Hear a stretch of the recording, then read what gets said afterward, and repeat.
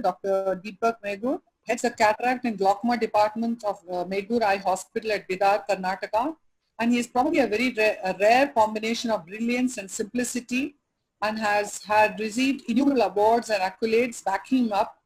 And he is going to take us through the path of dealing explicitly with a runaway rhexis. On to you, Dr. Deepak.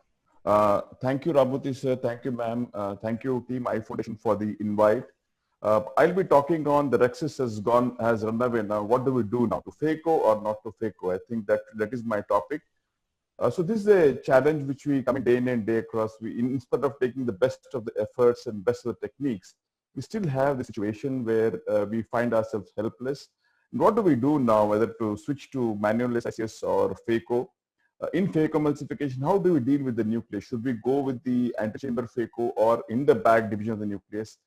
In this case, few points have made me to decide to go in favor of phaco. So visibility is very good, the pupil is well dilated, and I can see the edge of the flap. And before deciding to do phaco, I think there are certain technical modifications which are mentioned here. Minimal nucleus rotation, key is to maintain the antechamber. And most importantly, always try to keep looking at this flap, which has been described by Dr. Rohit Om Prakash. I learned it from him. Basically, it is nothing but, the capsular flap has to be everted and fluttering. That's a good sign. It is an indirect evidence that tear has not yet extended beyond the equator. So as we're doing the surgery, you can see that if you're always having a look at this flap and it's always everted and fluttering, then it's an indirect evidence that you're still in the safe zone. An important tip is, as soon as you have a first quadrant, remove it, because that's going to create some space for us inside the bag. And no rotation. Mind you, there's no rotation until we remove one or two pieces. The critical point here is, once we have enough space, there is less likelihood of inducing tension onto the flap and the bag. And that is going to be critical in ensuring that the tear does not extend beyond the equator. Always prefer to use dispersive OVD because it helps in maintaining the equilibrium very well. And in a controlled parameter, most often than not, we get away quite well in spite of having a through and through equatorial extension of the rhexis. Important always to ensure the haptics are perpendicular to your anterocapsular tear. And invariably the results are outstanding and we get this. But sometimes we always will not be so lucky. So this is a similar situation. I begin the surgery, the flap is still everted. You can see that.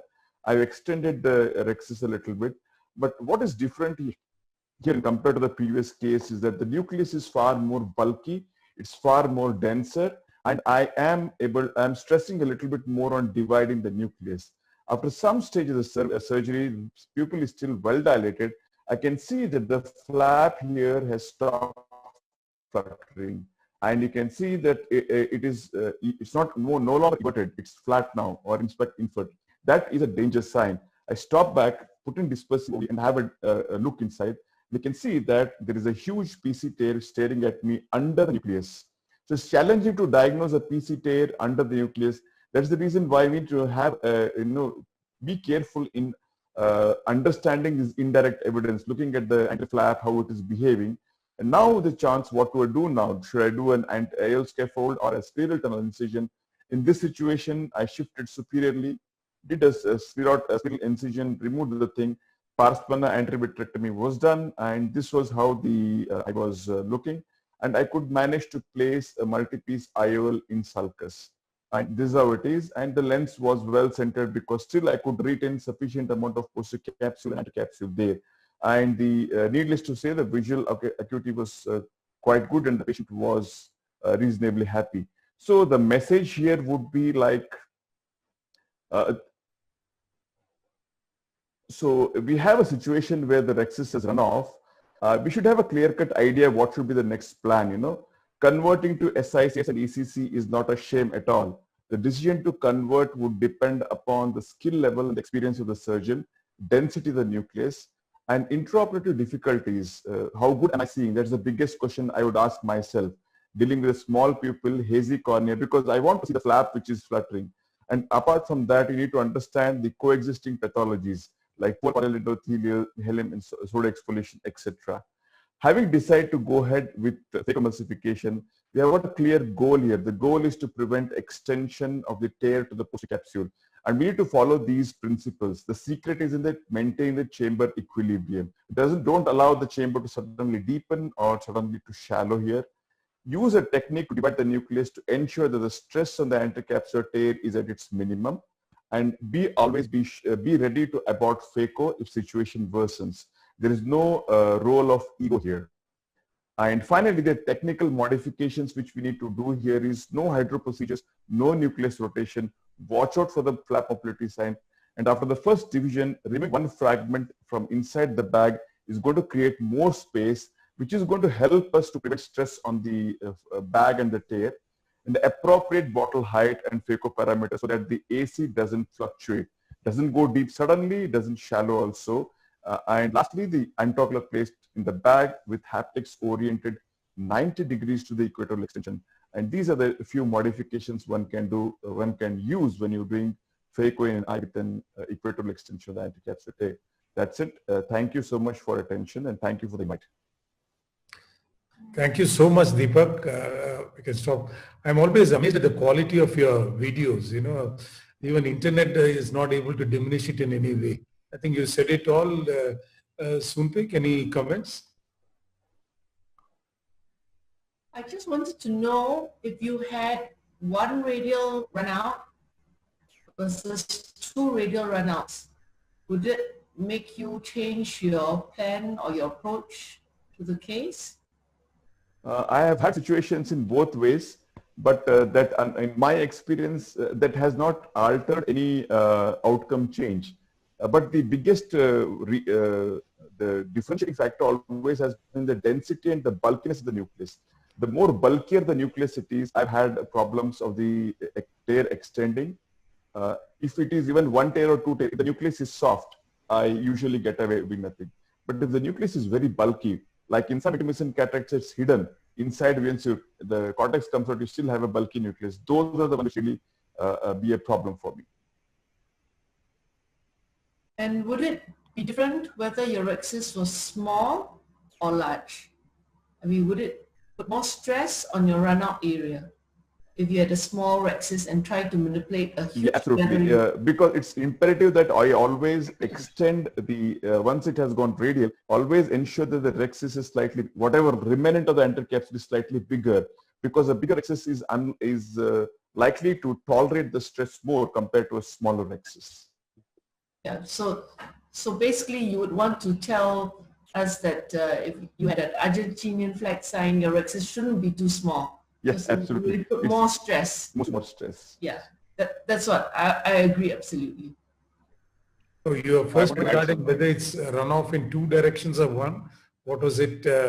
What was it, that indication? I think it was no difference to him. For me, actually, one runout would be worse. Yeah. Because there will be more stress focused there, especially if you have bulky nucleus. Yeah, and of course, if you had a run out on both sides, you want to make the rhexis bigger so that there will be less stress overall. Can I comment, sir? I mean, yeah, please go ahead. Please go okay. ahead. You know, I think the quality of video is brilliant. I just wanted to add something which might help. You know, when you have a very bulky nucleus like the one which you showed, I would not like to go for a direct chop, because whatever you might do, you might get the chop very nicely, but the lateral separation to crack the posterior plate is going to be very tough, because that's going to stretch your bag, it's going to stretch the rhexis and may, you know, increase. I would have gone for either a stop and chop or a 4-quadrant crack, because it debulks the nucleus and, you know, the quadrants become much smaller. So if you have a deep, you know, like a good trench, at least one trench, and you've debulked the nucleus, then cracking it and lateral separation becomes so much easier. And a 4-quadrant would not be a bad thing if you had like a really black cataract with a, you know, like an Argentinian flag or a runaway rhexis or whatever. So I think doing a direct chop is great for everything except here, where, you know, this is one thing which I thought I might just add.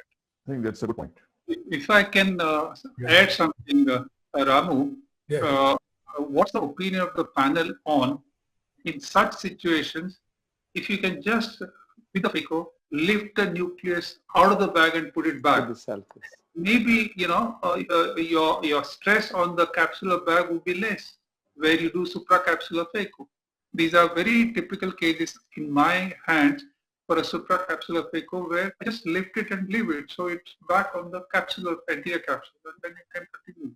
I completely agree with you. You know, the cases, all that he showed was pretty hard cataracts, but if it is a soft cataract that is there, especially when you do a adequate hydro dissection, automatically the nucleus pops out.